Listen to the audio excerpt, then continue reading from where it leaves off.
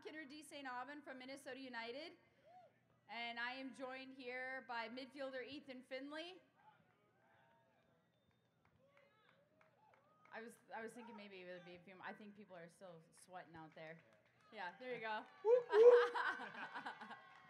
People are busy doing their thing. And then Director of Player Personnel Amos McGee, Minnesota Thunder legend. Yeah, that's better. There we go. We just wanted to come and chat with you guys, take a break in your day of enjoying this awesome street festival, and talk a little bit about World Cup. That's really what we're here to talk about. Has anybody been watching the World Cup? Of course. Awesome. Great match this morning, France and Argentina. I guess great depending on who you had going through. I had Argentina winning that game. Ethan, you had? Yeah, you and me both. You and me both, yeah. And Allez les bleus. Oh, yeah, that's right. Les bleus. I forgot. You're a France fan. You played in France. I picked them to win it before the tournament, so we'll see. We'll see how that goes. They looked good today. So we just wanted to come and chat with you guys, and maybe at the end we could even take some questions if you guys have any thoughts or want some opinions on some things. But basically just to kind of break down the World Cup, we did it before the tournament started.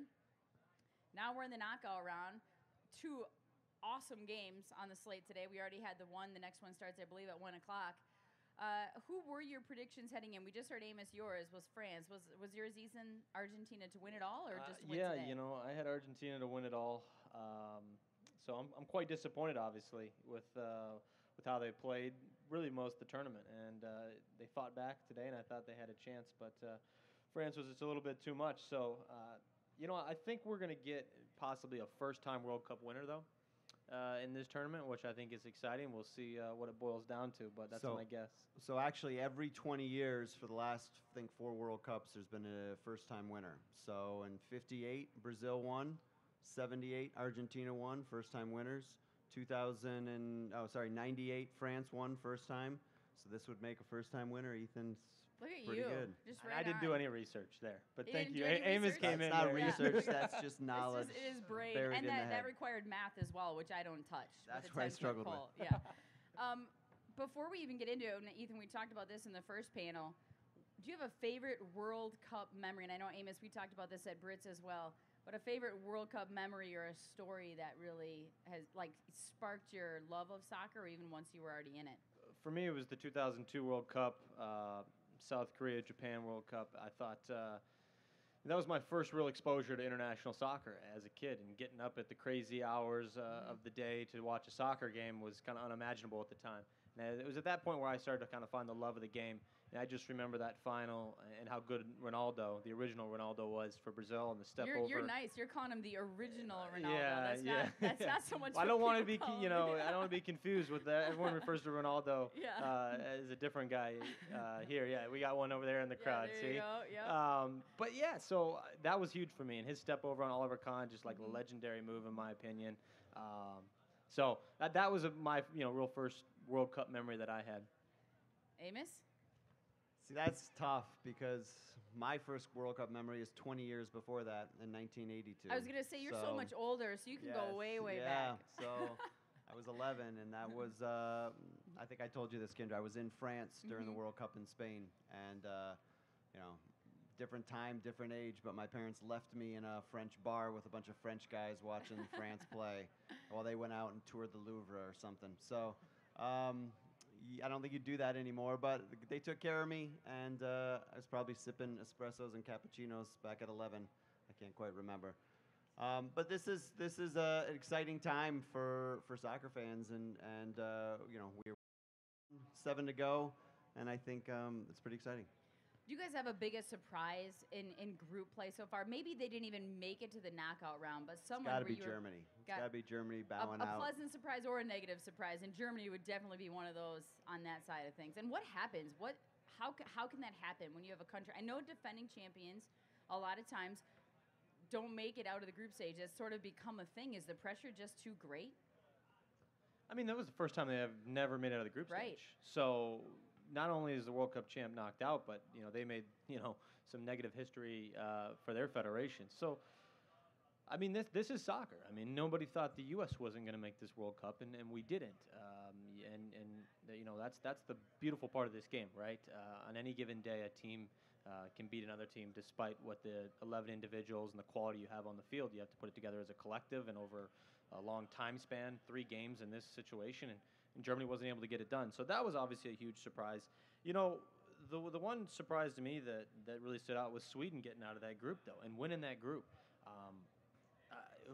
I don't think many people would have pegged that.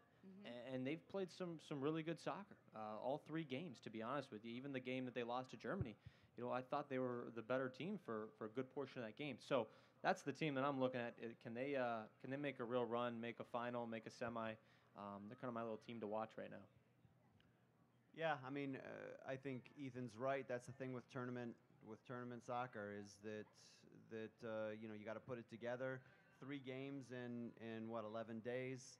You have a little bit of chemistry that goes wrong and it derails your group, and you have some poor coaching decisions.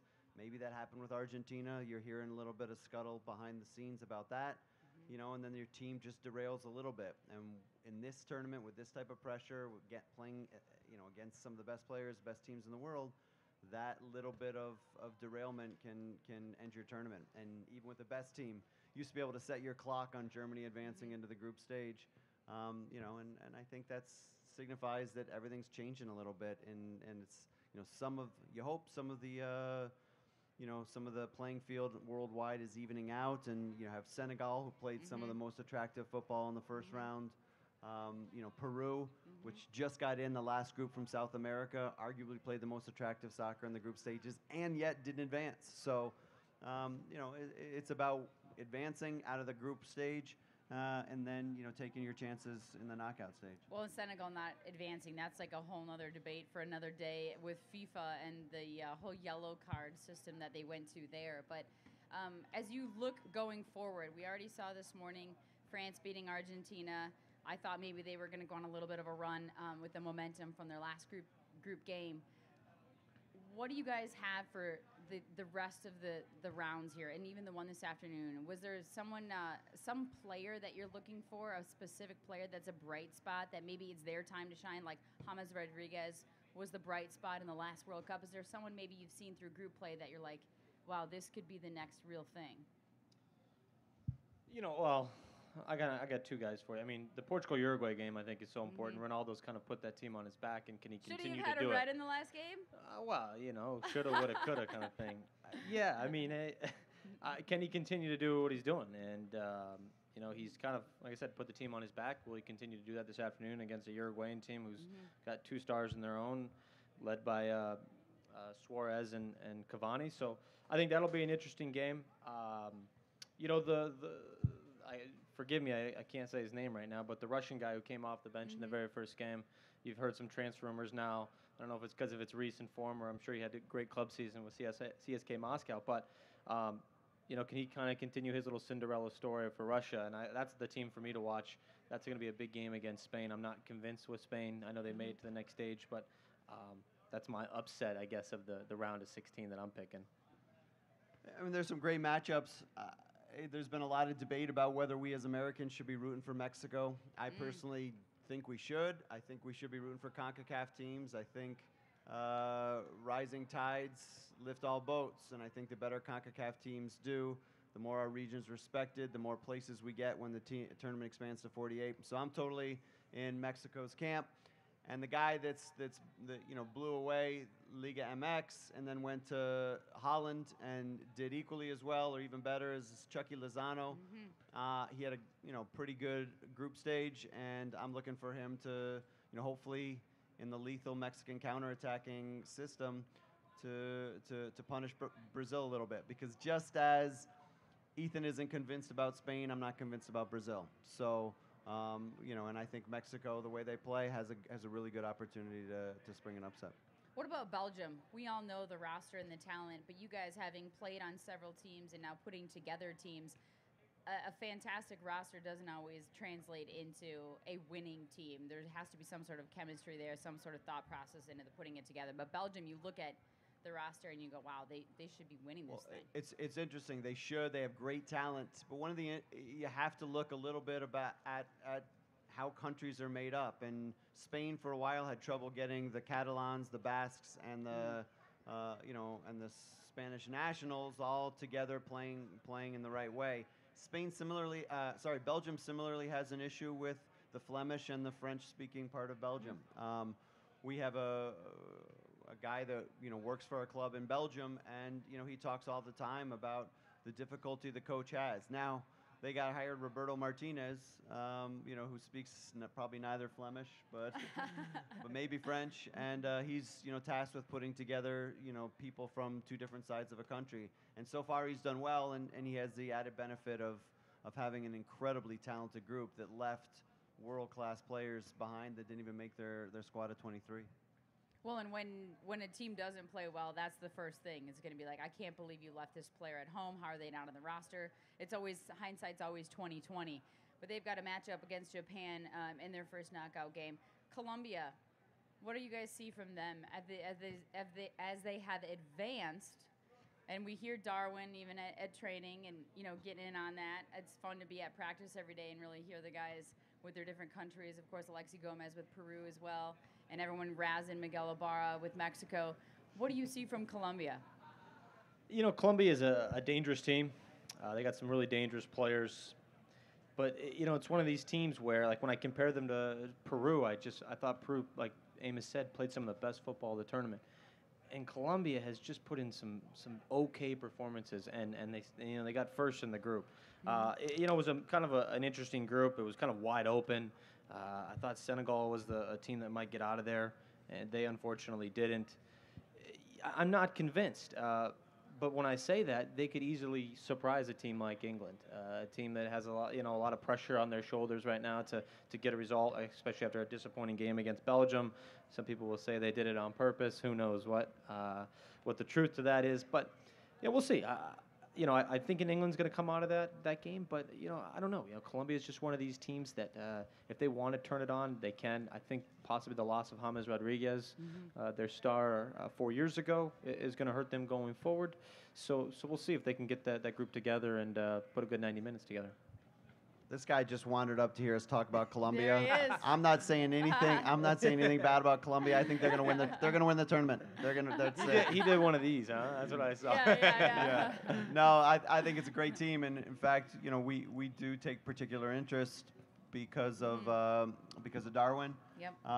Certainly, my personnel department, we've been down to Colombia scouting a couple times, so the people there are fantastic, and the passion there. And this guy, Mina, on set pieces is as dominating a force as we've seen in this tournament for a while. So they will miss James Rodriguez. They got Falcao. They got Cuadrado. They got Barrios patrolling the midfield. I think they're going to be a very tough out for England. And they haven't played their best football. I mean, they really haven't, right? And that a lot of times you got to advance out of your group and then get a little momentum, get a little belief, and then off you go. Yeah. So that's going to be for me the next to Argentina, France, which already was fantastic. Brazil, Mexico, and then England, Colombia. Those are the three games I'm looking forward to most. Well, everyone mocked Alexi Lalas when he would say set pieces, and everyone would mock him. That's not why we mock Alexi. Well, there's Lalas. Multiple reasons That's why we mock Alexi them. Lalas. I mean, honestly, he's a character of himself, kind of like a Dick Vitale at this point. But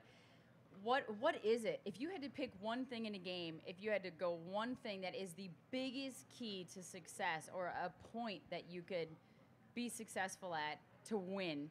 People say, goalkeepers coming up big. If you have a goalkeeper that's on fire, that keeps you in a game. Set pieces have been huge in this tournament, and we see it at every level. Is there one thing? I'll just say that Ethan and I are a little scarred to answer that question this morning. Yes. After We did have Minnesota a few United set gave pieces up last night. one of two chances, gave up a goal off a set piece last night. So it's very important. The percentage of goals scored on set pieces. Is higher than you would think it ought to be. I don't know, somewhere around 40% in the World Cup history. So you have to be able to defend them. You have to be able to get good service. Generally, these teams have players that have incredible quality, and then it becomes a lot of times individual battles and individual matchups. So again, Colombia has flourished so far. But again, England has as well. England with Maguire. We don't have anybody on our club really rooting England on, do we? No, Nobody. Thank goodness we Good don't. Lord. So again, that you're right. That could determine this this matchup because both teams have been so good on set pieces. Yeah, and I'll just kind of put it all in one. I think it's just organization. I think you see the teams that are organized, and I think Germany was always known for that, right? These guys are all on the same page. Disciplined and organized, I think, are teams that go pretty far in these tournaments. And then the one thing you have to have is you have to have a special player.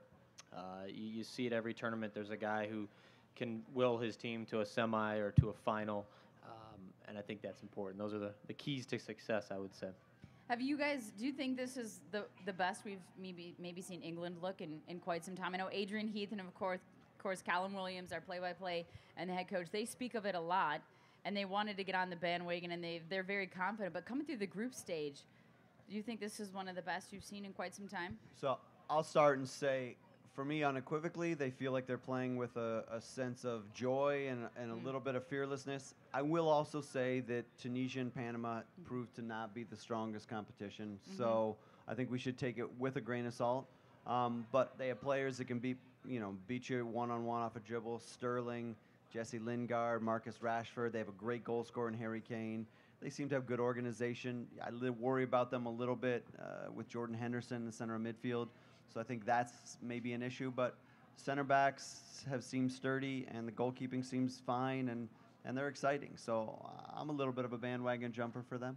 What do you think when you don't have to win your last group stage game to advance? Do you think that result plays into anything, the fact that they didn't win that and keep the momentum going? Yeah, I think it can. I think it's all comes from the coach and their approach to it.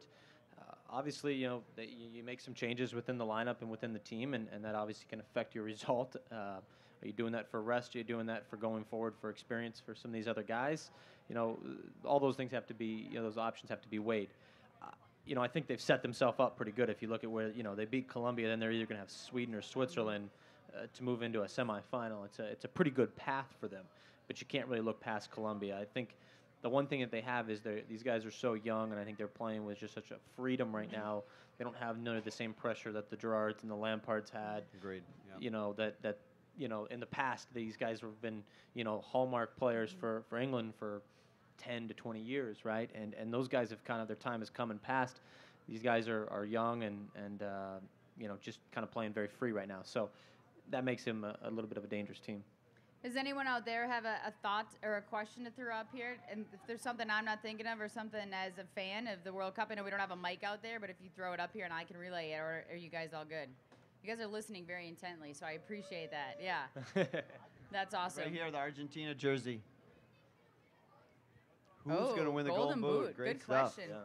Well, it's not Messi, unfortunately, and I purchased a jersey at a charity event recently, and I think the stock might have just dropped a little bit, the value on that, but still. I love Messi. Go ahead. No, I'd say right now you have Harry Kane, you have Mbappe, had 2 goals today, so he looks like he may be catching form. You have Ronaldo, you can't count him out.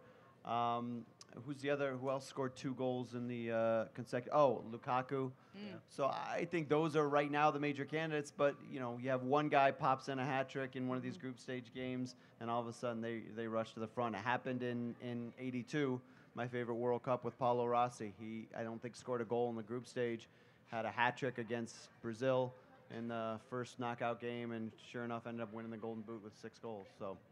I think if you're Harry Kane, if you can have 2 pens and have a ball hit you on the back of your heel and you score 3, the luck is in your favor. So I think right now he's his favorite because he hasn't really banged in some of his good quality goals that we know he can. So, and the reason I also think that is I think England's going to make a little bit of a run to the semis here, and that's going to give him more opportunities than maybe some of these other guys that we touched on to score those goals. Anybody else? What do you think about VAR and the impact on the game? Are we just talking World Cup here, or are we getting into MLS? Because those are like 2 different things right now. World Cup. Well, I think you're always trying to get the right call. And for the most part, I think they've done a good job of doing that. I think there's still some procedural things, having an understanding of, a ref is having a conversation through a mic. Should he go see the play? Should he not? Should he defer to the VAR referee? I think getting into some clear-cut rules and how that works will be better for players and fans altogether.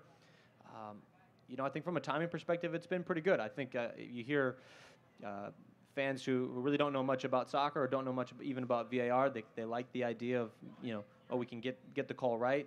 I think we don't want to get too far away from, though, the flow of the game. Having 6 to 8 minutes of stoppage, I think, is something that I don't love as a player, because then it becomes this unknown time that only the referee's tracking, and that's somewhat distracting. So overall, I would say it's good for the game, and we're getting more calls right, but it won't come without its negatives and its bumps and bruises. So I would say that for MLS, I don't think they've gotten it anywhere near good enough. I would say for the World Cup, they're much closer. And part of that is that the quality of the television production means, and the number of cameras in the stadium means, that you have much better angles, much better video. You're able to do it. And then I think the centralized VAR referees, where you have 4 referees in a booth, having all those camera angles, making a quick decision, relaying it down to the referee, I would say they've done for me, it's a passing grade in the World Cup, and for me, it's still a failing grade in MLS. I think there's about 35 to 40 cameras, if I'm not mistaken, at least on a single World Cup game. And for an MLS broadcast, you have less than 10. Yeah. So even with the information the officials are getting, and could they also change it? Right now, we have the VAR official at the stadium. Could you do more of like an NHL, where they're in a central location in New York City and they have all these cameras, and you make the decision from there? But I think it's worked really well in the World Cup. I think there's maybe only been 1 or 2 calls now that people were kind of questioning after going to video assisted review. I think it's been successful and gotten the calls right for the majority of the time. Anybody else have any other questions from out there?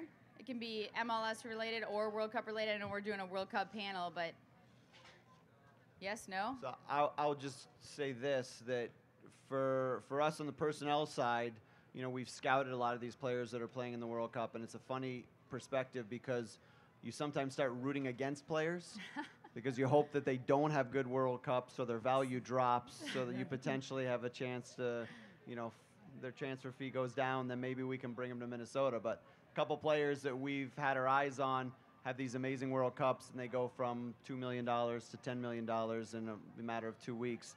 It puts some perspective on where we are. But it's been it's the first time I've done it with that perspective. And it's, I start rooting against teams and players that I quite like. So it's been interesting. Well, and lastly, really, at least on the World Cup front, we just talked about favorite World Cup memories.